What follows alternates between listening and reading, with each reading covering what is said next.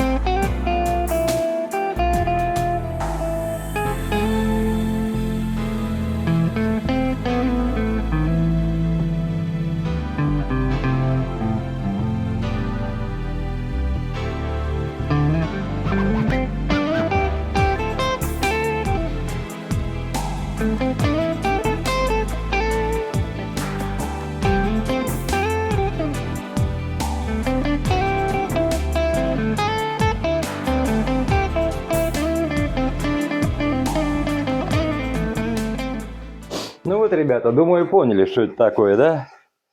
Здесь будут крючочки. Ну, а здесь проушники повесить. Ключики повесил, и все. Сейчас я ее покрашу. Подсохнет она здесь. Я торопился делать. Я говорю, ни самореза, ничего не подготовил. Рейки эти потолще, конечно, надо, потому что саморезы хотя бы 22-е, ну, 21-е пройти или 25-е. Но у меня еще ничего не было. Я взял вот из того, что было, сделал. Вот сколько заняло времени? Ну, не знаю, минут 20. А если все подготовить заранее, гораздо быстрее все пойдет. Покрашу, покажу. Вот и все, товарищи. Все готово. Ну, минут 20-25 занял. Ну, пусть 30. Вот, видите, какая получилась. Здесь гвоздики вбил декоративные.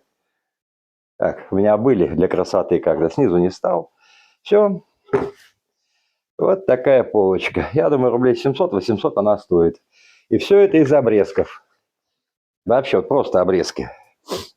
Конечно, надо по большому счету рейку потолще, саморезики не такие черные, что я ставил, а какие-нибудь взять латунные, тоненькие, закрепить красиво. Но это я чисто вот для образца делал.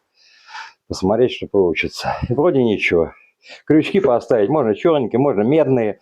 Я заказал на Озоне, они стоят, по-моему, 120 рублей 10 штук. Потом повешу, у себя на даче воткну и повешу. Вот, в мастерской. Или здесь повешу, хозяйки. Тоже пусть ключи вешают. У них в коробке валяются вечно. Ну, так, подарочек такой.